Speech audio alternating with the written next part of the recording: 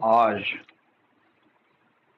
धुलिया में हमारे रामसिनी प्रेम सिंह चौहान सर इनके सौजन्य से ये सत्संग का आयोजन यहाँ किया गया है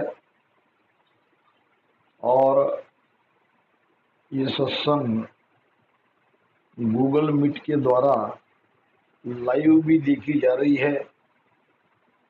हमारे देश के विभिन्न शहरों से रामसिनी भाई वो भी इस सत्संग का लाभ ले रहे हैं। इसका सारा श्रेय हमारे शिवम को है, शुभम को है, जिन्होंने मुझे ये लाइव सत्संग के बारे में जानकारी दी।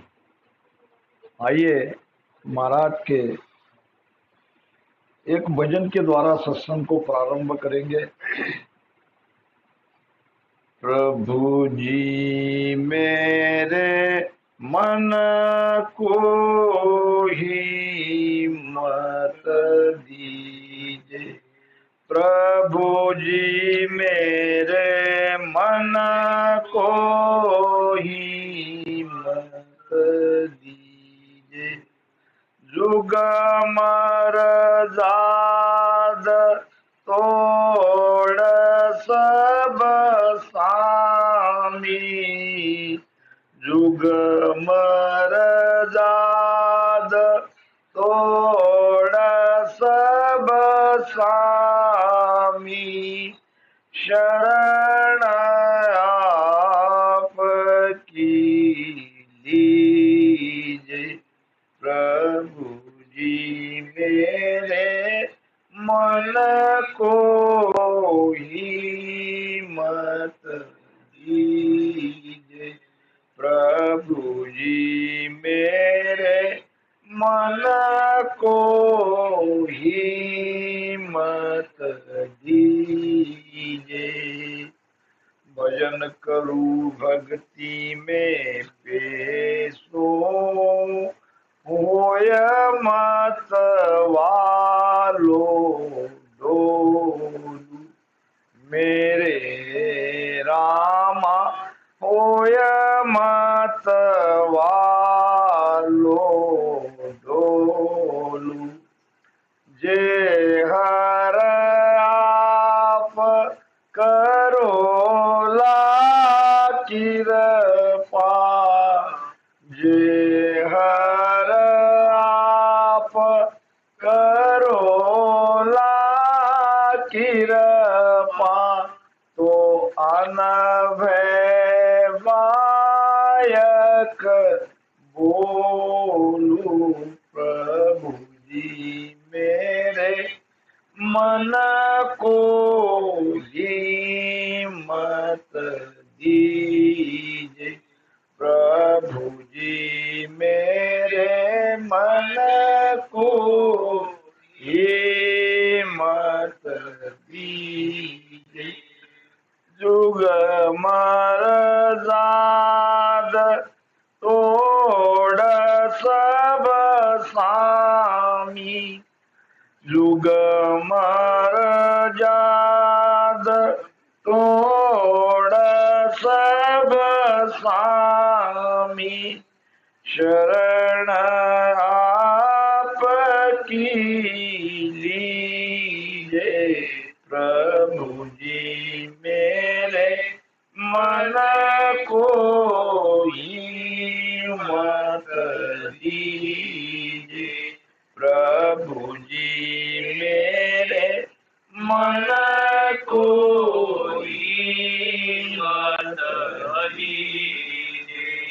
ओवे जाय कबूयक काचो, जब मुझ सजे न काई, मेरे रामा जब मुझ सजिय न काई। करम कीट हर भरम अंधेरो, कीट हर भरम अंधेरो, मोहि पलोटे आई। प्रभु जी मेरे मन को ही मत दीजिए। प्रभु जी मेरे मन को ही मत दीजिए। जुग मर जाद तोड़ कर स्वामी, जुग मर जाद तोड़ सब स्वामी, शरण आप की लीजिए। प्रभु जी मेरे मन को ही मत दीजिए। प्रभु जी मेरे मन को ही मत दीजिए। दुख सुख माय रखो मन ये की, दूजो हो न पावे। मेरे रामा दूजो हो न पावे। जुआ भगत करेगा तेरी, जुआ भगत करेगा तेरी। आठ पोहर गुण गावे। प्रभु मेरे को ही मत दीजिए। प्रभु जी मेरे मन को ही मत दीजिए। जुग मर जाद तोड़ सब स्वामी, जुग मर जाद तोड़ सब स्वामी, शरण आप की लीजिए। प्रभु जी मेरे मन को ही मत दीजिए। प्रभु जी मेरे मन को ही मत दीजिए। के सुख राम अरज हर सुनियो, भगत बीड़ज है तेरा। मेरे रामा भगत बीड़ज है तेरा। मैं जो शरण बहुत सुख पाऊं, मैं जो शरण बहुत सुख पाऊं। प्रभु बलवंत कर मन मेरा। प्रभु जी मेरे मन को ही मत दीजिए। प्रभु जी मेरे मन को ही मत दीजिए। जुग मर जाद तोड़ सब स्वामी, जुग मर जाद तोड़ सब स्वामी, शरण आप की लीजिए। प्रभु जी मेरे मन को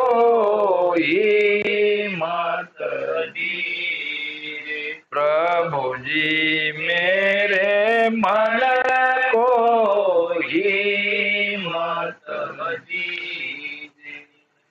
प्रभु जी मेरे मन को हिम्मत दीजिए। ये कौन कह रहा है? किस भाव से ये भजन बनाया है? ज्ञान तो सब महाराज का ही है, मगर अलग अलग भाव से महाराज ने ज्ञान दिया है। ये प्रभु जी को, परमात्मा को प्रार्थना कौन कर रही है? ये जीव आत्मा कर रही है। ये भजन जीवात्मा के भाव से है। जीव आत्मा परमात्मा को प्रार्थना कर रही है, प्रभु जी मेरे मन को हिम्मत दीजिए। अब मन को हिम्मत क्यों चाहिए? ऐसा क्या करना चाहती है जीवात्मा कि उसको मन को हिम्मत देने की आवश्यकता है?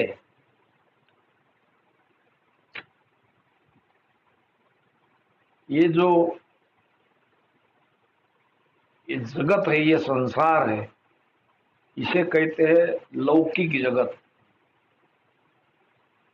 ये जगत को हम जानते हैं, ये जगत को समझते हैं, जगत में रहते हैं, जगत का हाल चाल रंग ढंग सब जानते हैं। मगर ये जगत माया है, आज है कल नहीं। ये संसार सब झूठा है। एक दूसरा जगत है जिसे अलौकिक जगत कहते हैं, जिसका वर्णन हम कर नहीं सकते। ये जीव आत्मा उस अलौकिक जगत में जाना चाहती है। अलौकिक जगत में जाने के लिए, यानी बंधन से मुक्त होने के लिए, सदगुरु के शरण में जाना पड़ता है। सदगुरु के शरण में जाने के बाद सदगुरु बताते हैं भेद सिमरन का, भजन का। जब सदगुरु भेद बताते हैं तो हम भजन करने के लिए बैठते हैं। तब मन हिम्मत हार जाता है। कभी कभी जब भजन में आनंद आने का वो ओर आती है, वो समय आता है, उसी समय मन हट जाता है भजन से।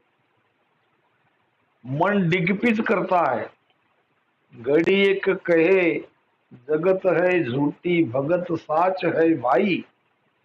ये मन ऐसी दुविधा लाता है। थोड़ी देर तो कहेगा सारा संसार झूठा है, कुछ नहीं पड़ा है। भक्ति सच्ची है, नाम सच्चा है। खिन में आन मिले संसारी, विष जुग रहे समाई। थोड़ी ही देर में ये मन कहता है कि जगत झूठा है, संसार झूठा है। कब कहते हैं हम? कब हमें पता चलता है कि ये जगत झूठा है? जब किसी की मृत्यु होती है हमारे अपने की, और जब उसे स्मशान में जलाने के लिए ले जाते हैं, आंसू की धारा निकलती है, असह्य दुख सहना पड़ता है, तब मन के अंदर यह भाव आता है कि कुछ नहीं पड़ा है जगत में, सब झूठा है।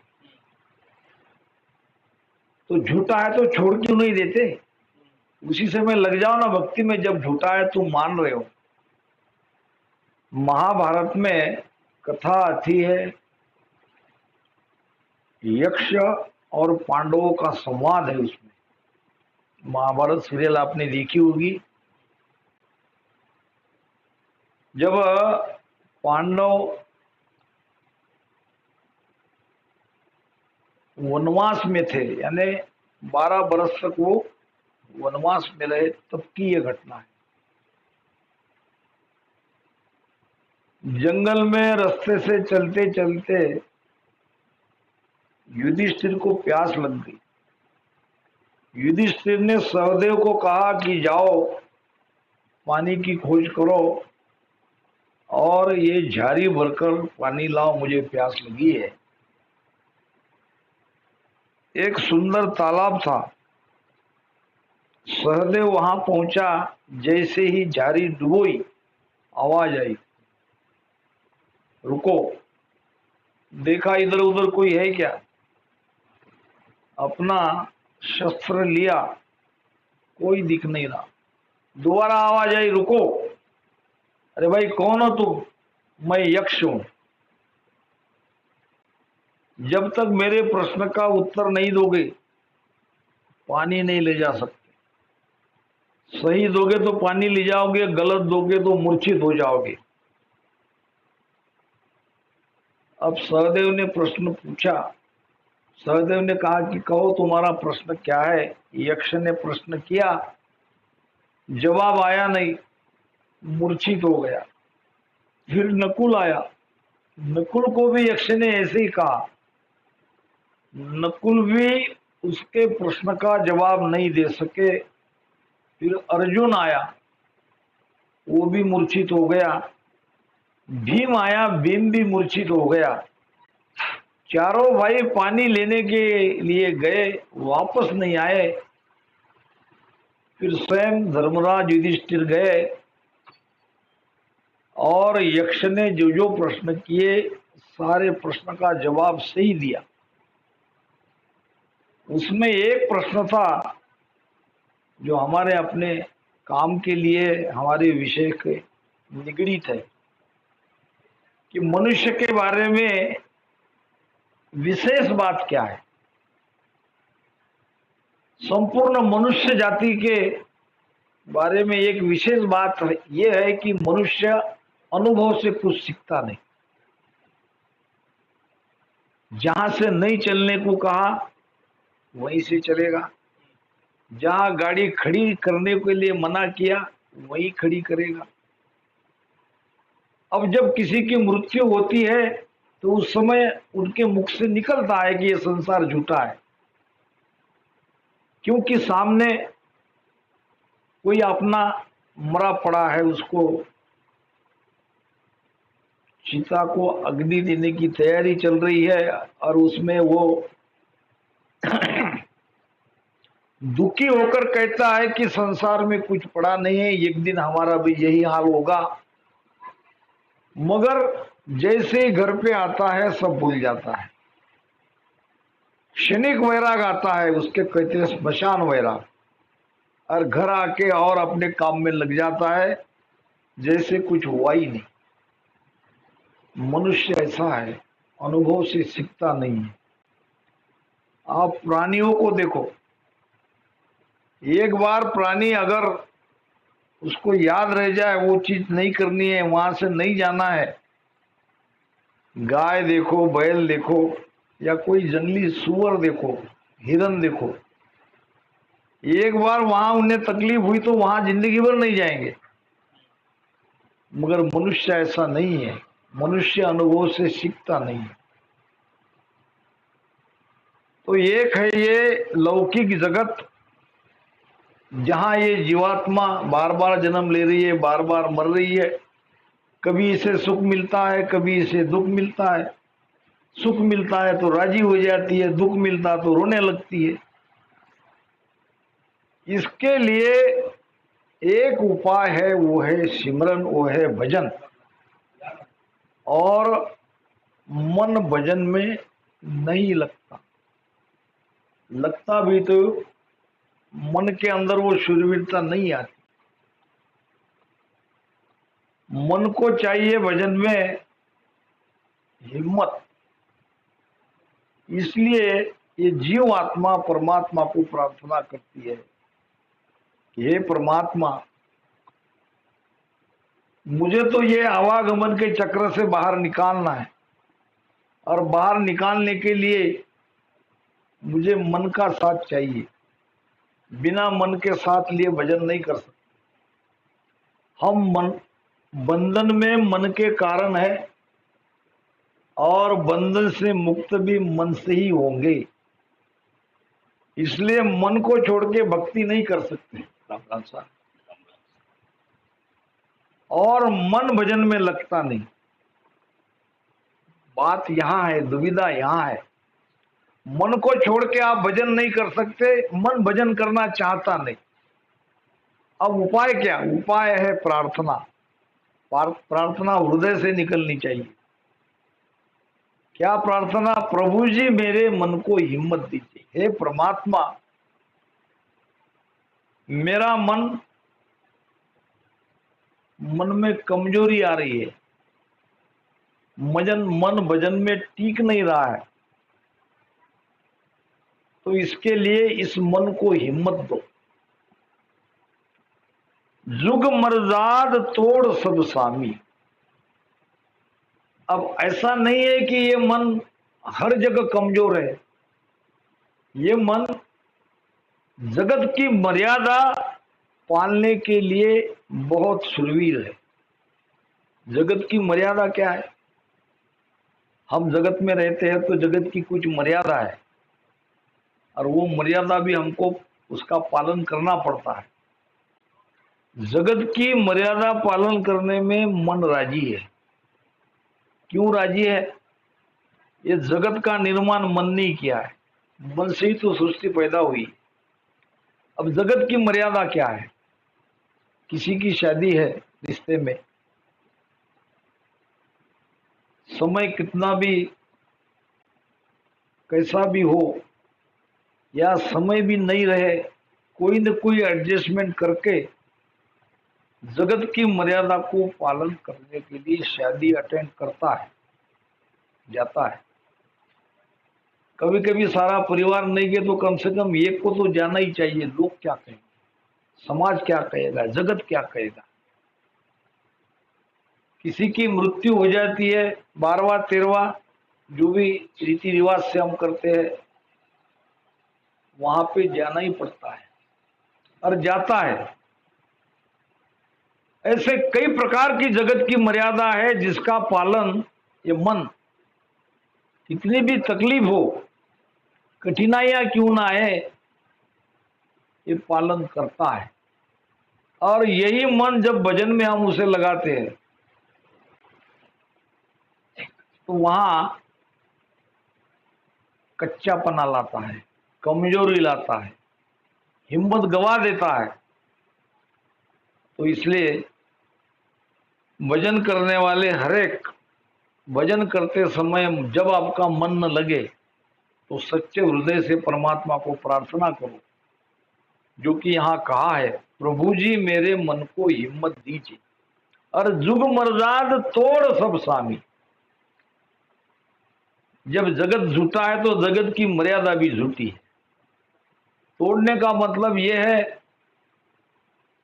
कि अपने आप से जगत से हटा लो। क्या होगा ज्यादा से ज्यादा? लोग आपको तरह तरह का नाम रखेंगे, आपके बारे में विचार करेंगे कि आना चाहिए था, नहीं आया। और ऐसा भी नहीं है कि तुम खाली बैठे हो और कहीं जाओ मत। मान लो कि किसी की शादी अर्जेंट है और उसी समय सत्संग भी है, दोनों एक ही समय आ रही है, और उस समय तो मन का रोल सत्संग के लिए नहीं रहता, वो तो जाएगा अपने सगे संबंधियों की शादी में।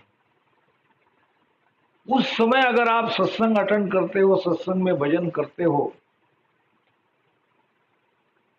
तो इसके लिए महाराज कह रहे कि जगत मर्यादा को तोड़ दो, क्योंकि ये समय नहीं आएगा।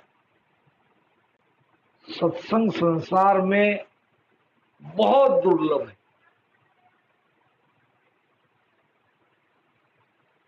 तुलसीदास जी कहते हैं कि सुतदारा और लक्ष्मी पापी के घर होय, सत्संगत और हरि कथा तुलसी दुर्लभ जोय। सुत पुत्र, दारा स्त्री, और लक्ष्मी यानी धन। पापी के पास भी ये तीनों वस्तु है। पापी को बेटा भी है, पापी को पत्नी भी है, पापी के पास धन भी है। लेकिन पापी को एक चीज नहीं मिलती और वो बड़ी दुर्लभ है उसको मिलना, सत्संगत और हरि कथा। पापी के मुख से भगवान का नाम नहीं निकलता, पापी को सत्संग नहीं मिलती, चाहकर भी नहीं मिलती, हजार विघ्न आएंगे। जैसा कि एक कोई बूढ़ा व्यक्ति था और अंतिम स्टेज पे यानी मृत्यु का समय समीप आया, जिंदगी भर भगवान का नाम नहीं लिया। दो बेटे थे, बेटे को ऐसा लगा कि कम से कम पिताजी के मुख से अंतिम समय तो भी राम राम निकाल लेते हैं, क्योंकि उसकी हालत वैसी थी, कुछ कहना चाह रहा था, मुंह से शब्द नहीं निकल रहे थे, होठ तो हिल रहे थे। तो डॉक्टर को बुलाया, कहा कि मेरे पिताजी कुछ कहना चाहते हैं, थोड़ा इलाज करो और ऐसा करो कि वो कुछ बोले, हमारी कुछ सुने, क्योंकि हम उनके मुख से राम राम निकलना चाहते हैं, जिंदगी भर इसने पाप किया है। और महाराज कहते हैं, अंत समय लग जोय भगत में आवसी, अंत समय लग जोय भगति में आवसी, ताकायो गुण होय नरक नहीं जावसी, ताकायो गुण होय नरक नहीं जावसी। हमारे धर्म में यह मान्यता है, ज्यादा से ज्यादा हम कोशिश करते हैं कि भाई राम राम कहो, कुछ न कुछ ये जीव की गति हो जाए, और गति होती है। मगर जिसका भजन त्रिकुटी 10वें द्वार में है, उससे राम राम बिल्कुल नहीं कहलवाना, उसको कहना कि सूरत बाहर लगाओ, ध्यान बाहर रखो। अब वो त्रिकुटी 10वें द्वार में है, उसको कहेंगे तुम राम राम कहो, तो 9 द्वार से उसका प्राण जाएगा, वापस आना पड़ेगा। भजन तो खूब ऊपर है, तुम्हारी नादानी, तुम्हारी गलती से तुम उसको अंत समय में ये 52 अक्षर के ज्ञान में लेके आए, उसके लिए नहीं कहा है महाराज ने। जो पापी है, जिसने भगवान का नाम नहीं लिया है, अगर उसके मुख से अंत समय में ये परमात्मा का नाम निकलता है तो वो नरक नहीं जाता। ऐसे कई प्रमाण दिए भागवत में। तो उस दोनों भाई ने अपने पिताजी के लिए डॉक्टर को बुलाया और डॉक्टर ने भी इलाज किया। थोड़ी देर में पिताजी के मुख से शब्द निकले। अब बोलने लगे तो बेटों ने कहा, पिताजी राम राम कहो, राम राम। अब कान ने जवाब दे दिया, बेटे क्या कह रहे, वो सुन नहीं पाया। अब उसके मुख से जो निकला वो सुन के माथे पे हाथ रख दिया दोनों बेटे ने। क्या कहा उन्होंने कहा कि अरे अंधे हो क्या, सामने जो वो खड़ा है झाड़ू, बछड़ा खा रहा है, ये तुम्हें दिख नहीं रहा क्या? अंतमता सोही गता, अंतिम समय में ध्यान कहाँ गया? बछड़े में। बछड़ा कर क्या रहा? तो वो झाड़ू को खा रहा था और ये बुढ़ा देख रहा था और कब से कहने की कोशिश कर रहा था। जब इलाज हुआ तो उसके मुख से ये शब्द निकले, पापी के मुख से अंत समय में भी राम राम नहीं निकलता। महाराज कहते हैं